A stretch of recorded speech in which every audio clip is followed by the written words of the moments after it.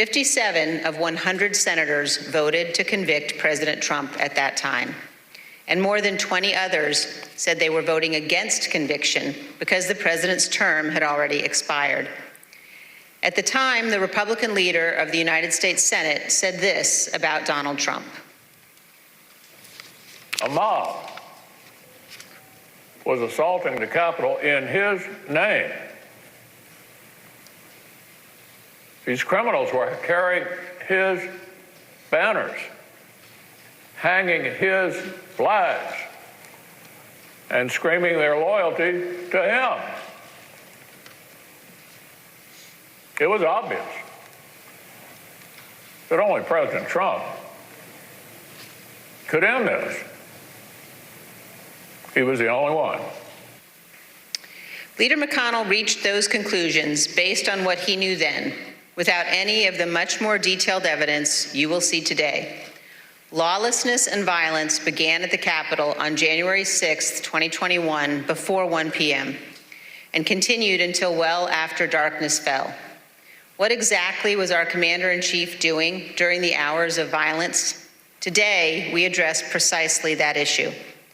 Everything you've heard in these hearings thus far will help you understand President Trump's motives during the violence. You already know Donald Trump's goal: to halt or delay Congress's official proceedings to count certified electoral votes. You know that Donald Trump tried to pressure his vice president to illegally reject votes and delay the proceedings.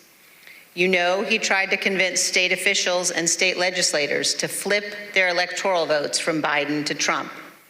And you know Donald Trump tried to corrupt our Department of Justice to aid his scheme.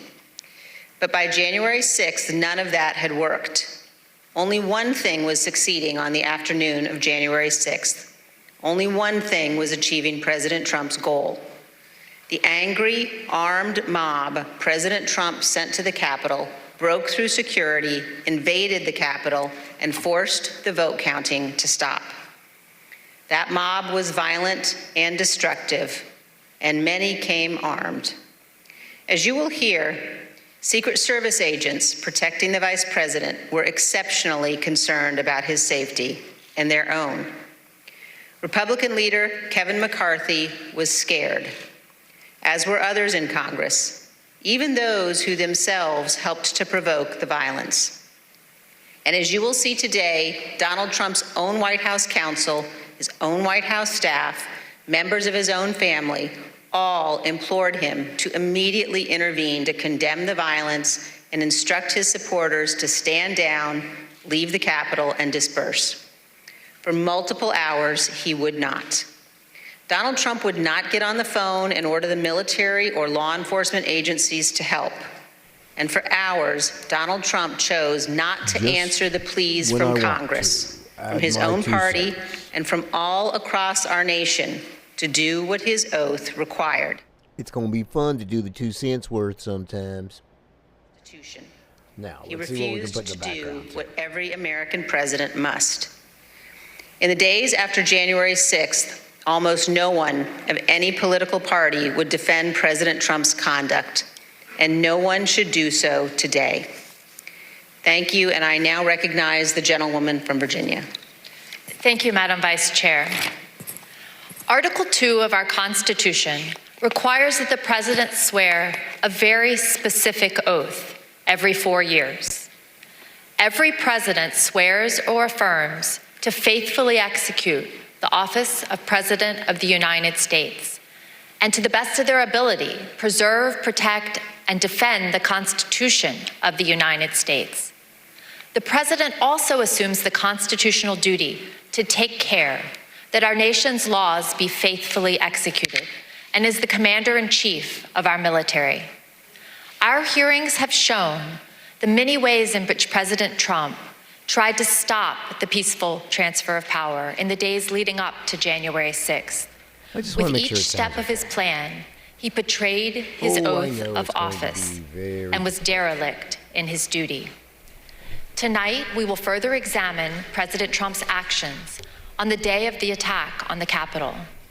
Early that afternoon, President Trump instructed tens of thousands of supporters at and near the Ellipse rally, a number of whom he knew were armed with various types of weapons, to march to the Capitol. Right. After telling the crowd to march multiple times, he promised he would be with them and finished his remarks at 1:10 p.m. like this. We're going to walk down, and I'll be there with you. We're going to walk down. I'll be there We're with going you. to walk down. And I'll be there with you. Anyone you want, but I think Yep, right I'll be here, we're going walking to with walk you. down I'll be to walking the with you. Capitol. No, you lying sack of shit. You did that. So let's walk down Pennsylvania Let's Avenue. walk down. Let's walk down. By this time, the vice president was in the Capitol. The joint session of Congress to certify Joe Biden's victory was underway, and the Proud Boys and other rioters had stormed through the first barriers and begun the attack. Radio communications from law enforcement informed Secret Service and those in the White House Situation Room of these developments in real time. At the direction of President Trump, thousands more rioters marched from the Ellipse to the Capitol, and they joined the attack. As you will see in great detail tonight, President Trump was being advised by nearly everyone to immediately instruct his supporters to leave the Get Capitol, out. disperse, Don't and do halt this. the violence. Just don't do it. Virtually Don't everyone do told it. President Trump Please to don't condemn the do it. violence in clear and unmistakable doing terms. And those on Capitol Hill Did he and listen? across the nation begged President Trump to help. But the former president chose not to do what all of those people begged. He refused to tell the mob to leave until 4:17, when he tweeted out a video statement filmed in the Rose Garden, ending with this. So go home. We love you. You're very special. You've seen what happens. You see the way others are treated that are so bad and so evil. I know how you feel. But go home and go home in peace. By that time, 2 pipe bombs had been found at locations near the Capitol, including where the vice Yes, president-elect they have to was remind us conducting of a what he meeting. actually said so that when they Hours later of on hand-to-hand show us his combat bullshit, had seriously injured of what he scores of law actually enforcement officers. The bullshitted. Capitol had been invaded, the electoral count had been halted as members were evacuated. Rioters took the floor of the Senate. They rifled through desks and broke into offices, and they nearly caught up to Vice President Pence. Guns were drawn on the House floor, and a rioter was shot attempting to infiltrate the chamber.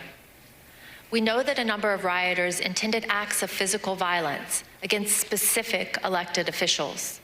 We know virtually all the rioters were motivated by President Trump's rhetoric that the election had been stolen, and they felt they needed to take their country back. This hearing is principally about what happened Back to inside of the White 12:50. House that afternoon. That's where they want From to the go. They time want to when take it President back, Trump but back to ended his 12:50. speech until the Just moment so you when he understand, finally told the that's mob where to the go home. Republicans want A to go span of back to. 187 minutes, Prove me more wrong. than 3 hours. What you will learn is that President Trump sat in his dining room and watched the attack on television, while his senior-most staff, closest advisors, and family members begged him to do what is expected of any American president. I served proudly for 20 years as an officer in the United States Navy. Veterans of In our the armed forces know Navy. firsthand the leadership that's required in a time of crisis. And thank you Urgent for and your decisive service. action that puts duty and country first. Okay. But on January 6th, when lives and our democracy hung in the balance, President Trump refused to act because of his selfish desire to stay in power. Office. And I yield to the gentleman When from he Illinois, Mr. lost. Kinzinger. Thank you. Thank you, Ms. Loria. That's what happens 1 week when you after lose. the attack, ladies and Republican gentlemen. leader Kevin You're asked to McCarthy leave. acknowledged the simple truth. It's not like you President can Trump stay. should have acted immediately But see, to stop the he violence. wants to be chief. During our investigation, General Mark Milley, the Dry. chairman of the Yeah. Joint Chiefs of wants Staff, to be also remarked on the Putin. president's failure to act. Let's hear what they had to say. Let's see how long Putin's going to last. The president bears responsibility for Wednesday's attack on Congress by mob rioters. Yes, he He does. should have immediately denounced the mob when he saw what was unfolding. The moment. These facts require immediate action Oh, by President but Trump. you guys won't do a shit. Yeah, you're the commander-in-chief. You got an assault going on the capital of the United States of America. And there's nothing. Zip, zero, zilch. Like my colleague Remember from that? Virginia, I'm a veteran. Nothing. I served He in the did Air Force, and I serve absolutely currently in the nothing. Air National Guard. I can tell you that General Milley's reaction to President Trump's conduct is 100% correct, and so was Leader McCarthy's. What explains President Trump's behavior? Why did he not take immediate action in a time of crisis? Because President Trump's plan for January 6th was to halt or delay Congress's official proceeding to count the votes. He did not want it The to mob finish. attacked the Capitol He wanted it to stop. The Capitol quickly caused the evacuation of both the House and the Senate. The count ground to an absolute halt and was ultimately delayed for hours. The mob was accomplishing President Trump's purpose, so of course he didn't intervene. Why would he do that? Here's what will be clear by the end of this hearing. President Trump did not fail to act during the 187 minutes between leaving the ellipse and telling the mob to go home. He chose not to act. He didn't want to do But there shit. were hundreds that day who honored their oaths and put their lives on the line to protect the people inside the Capitol and to safeguard our democracy. Many of them are here tonight with us, and many more are watching from home. As you already know, and we'll see again tonight, their service and sacrifice shines a bright light on President Trump's dishonor and dereliction of duty. Dereliction of duty. Thank you very Understand much, that? Mr. Kinzinger. I'd like to begin by welcoming I want this witnesses to be evening. always there. Tonight, we're joined by Mr. Matthew Pottinger.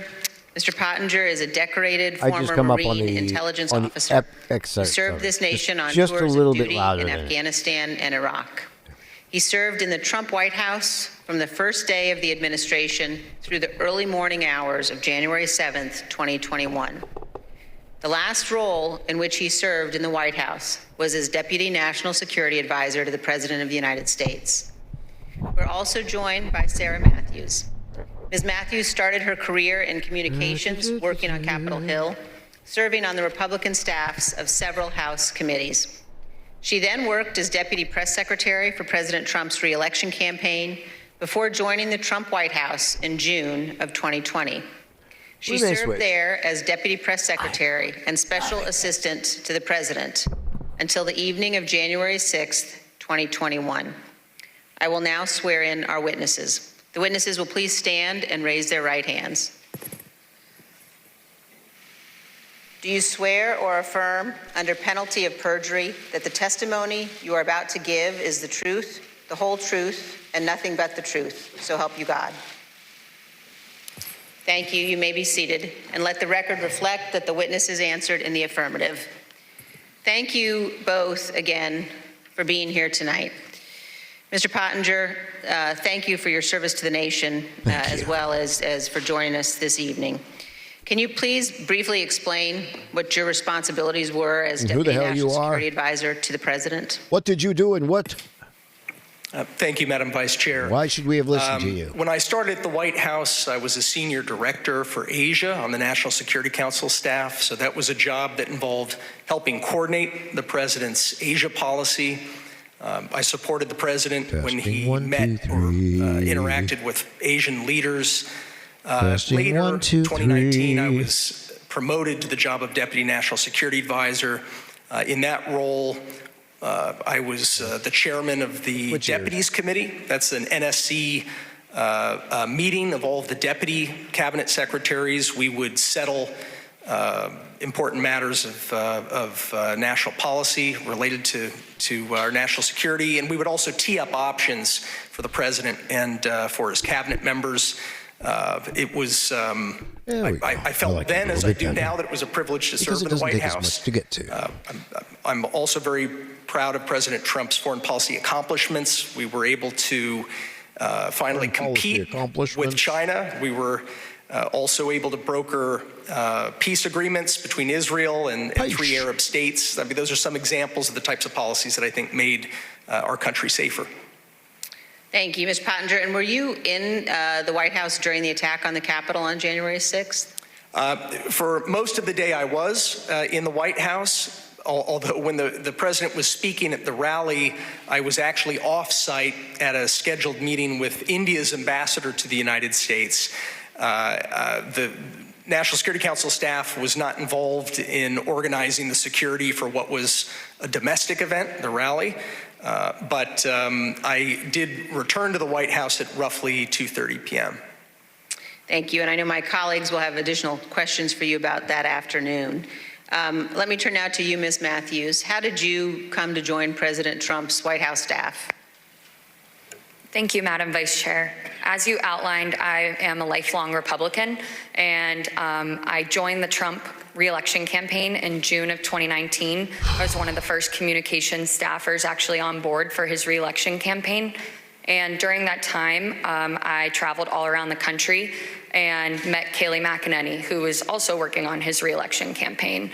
I worked there for a year, and I formed a close relationship with Ms. McEnany, and she moved over to the White House in April of 2020 to start as White House press secretary, right. and she brought over a group of campaign staff with her, and so I joined her over at the White House in June of 2020 to start as her deputy. And were you, Ms. Matthews, at work in the White House on January 6th? Yes, I was working out of the West Wing that day. Thank you. And now I'd like to recognize the gentlewoman from Virginia and the gentleman from Illinois. Thank you, Madam Vice Chair. As you've seen in our prior hearings, President Trump summoned the mob to D.C. on January 6th. Before he went on stage, he knew some of them were armed and prepared for combat. During his speech, he implored them to march to the Capitol, as he had always planned to do. By the time he walked off the stage, his supporters had already breached the outer perimeter of the Capitol at the foot of Capitol Hill. Since our last hearings, we've received new testimony from a security professional working in the White House complex on January 6th, with access to relevant information and responsibility to report to national security officials. This security official told us that the White House was aware of multiple reports of weapons in the crowd that morning. We as a committee are cognizant of the fear of retribution expressed by certain national security witnesses who have come forward to tell the truth. We've therefore taken steps to protect this national security individual's identity. Listen to this clip from their testimony. What was the consistent message from the people about this idea of the president to walk to the Capitol? To be completely honest, we were all in a state of shock. Because why? Because it's just,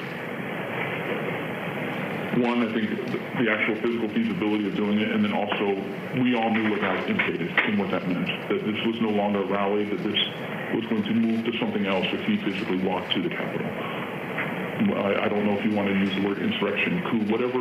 We all knew that this would move from a normal, democratic, public event into something else. What was driving that sentiment, considering this part of it, the actual breach of the Capitol, hadn't happened yet? Why were we alarmed? Right. The president wanted to lead tens of thousands of people to the Capitol. I think that was enough grounds for us to be alarmed. A little worried. Even though he understood many of his supporters were armed, the president was still adamant to go to the Capitol when he got off the stage at the Ellipse. But his Secret Service detail was equally determined to not let him go. That led to a heated argument with the detail that delayed the departure of the motorcade to the White House. We have evidence from multiple sources regarding an angry exchange in the presidential SUV, including testimony we will disclose today from two witnesses who confirmed that a confrontation occurred. The first witness is a former White House employee with national security responsibilities. After seeing the initial violence at the Capitol on TV, the individual went to see Tony Ornato, the Deputy Chief of Staff in his office. Mr. Ornato was there with Bobby Engel, the president's lead Secret Service agent. This employee told us that Mr. Ornato said that the president was, quote, irate when Mr. Engel refused to drive him to the Capitol. And we're back. Mr. Engel did not refute what Mr. Ornato said. The second witness is retired Sergeant Mark Robinson of the D.C. Police Department, who was assigned to the president's motorcade that day. He sat in the lead vehicle with the Secret Service agent responsible for the motorcade, also called the TS agent. Here's how Sergeant Robinson remembered the exchange. Was there any description of what was occurring in the car? No, the only description I received was that the president was upset and that was adamant about going to the Capitol, and there was a heated discussion about that. And when you say heated, is that your word or is that the word that was described by the TS agent? No, word described by the TS agent, meaning that the president was upset, and he was saying there was a heated argument or discussion about going to the Capitol. About how many times would you say you've been part of that motorcade with the president? Probably over 100 times. And in that 100 times, have you ever witnessed another discussion of an argument or heated discussion with the president where the president was contradicting where he was supposed to go or what the Secret Service believed was safe? No. Like other witnesses, Sergeant Robinson also testified that he was aware that individuals in the crowd were armed. All right. Yes, I believe he was on special events channel, and I was monitoring the traffic, and so I can hear some of the units pointing out to individuals that there were individuals along Constitution Avenue that were armed, that were up in the trees, and I can hear the units responding to those individuals. And so there's always a concern when there's a police in the area. And like other witnesses, Sergeant Robinson told us that the president still wanted to travel to the Capitol, even after returning to the White House. So at the end of the speech, what was the plan supposed to be? So at the end of the speech, we do know that while inside the limo, the president was still adamant about going to the Capitol. That's being relayed to me by the TS agent. And so we did part the ellipse and we responded back to the White House. However, the motorcade, the POTUS motorcade was placed on standby. And so we were told to stand by on West Exec until they confirmed whether or not the president was going to go to the Capitol. And so I may have waited, I would just estimate maybe 45 minutes to an hour, waiting for Secret Service to make that decision. The motorcade waited at the White House for more than 45 minutes before being released.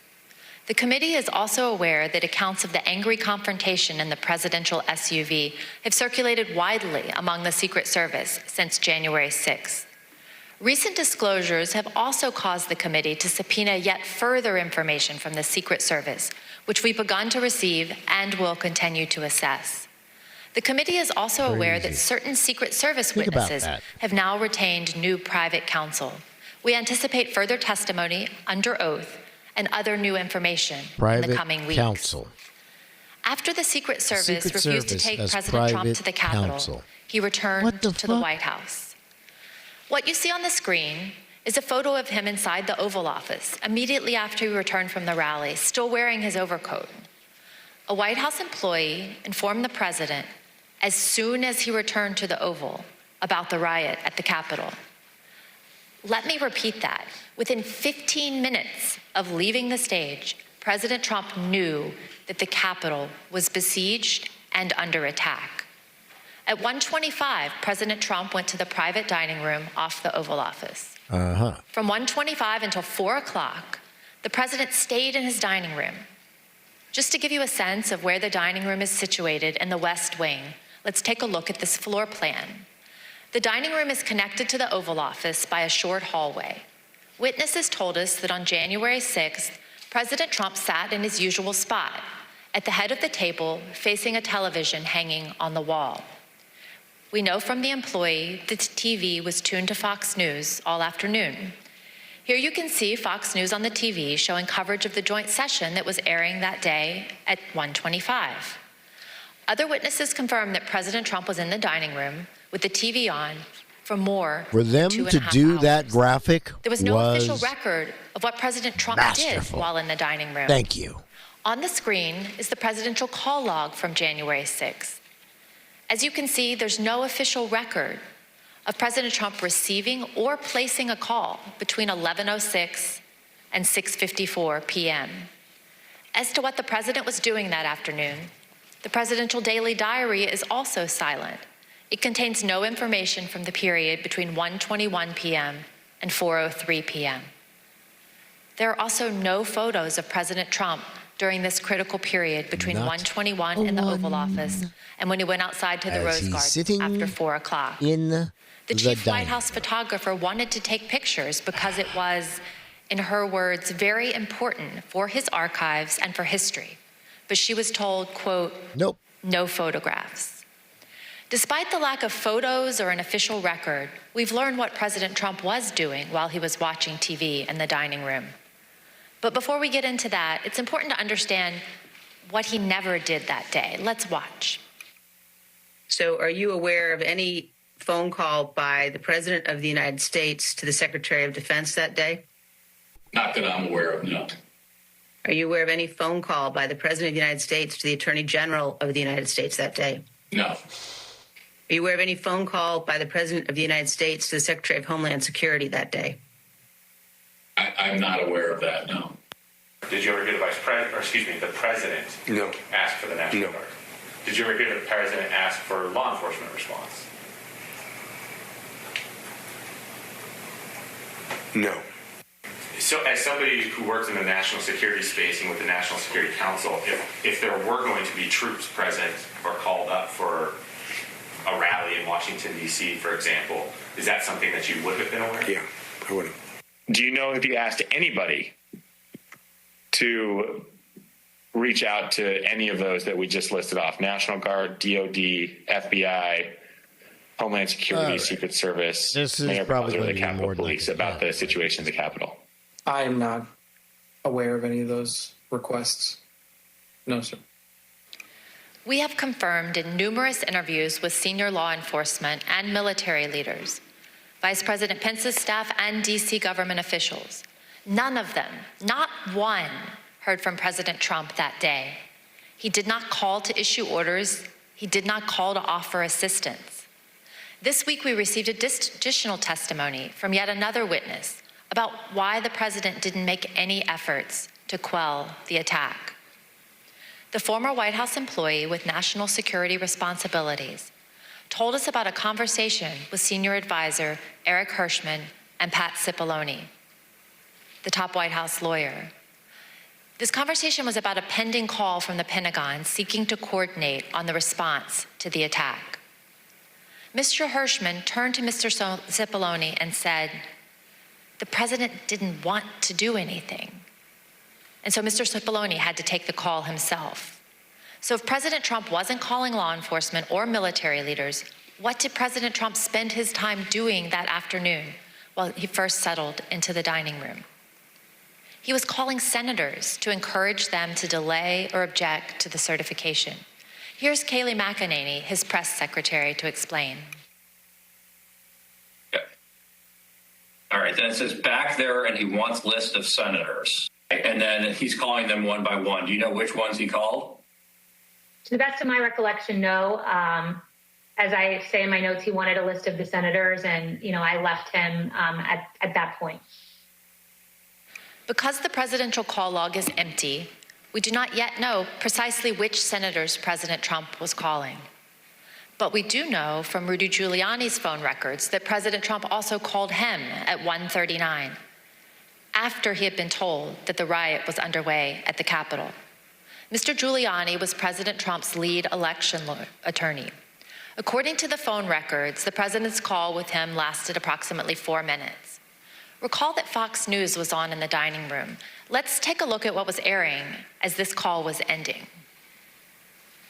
the president, as we all saw, fired this crowd up.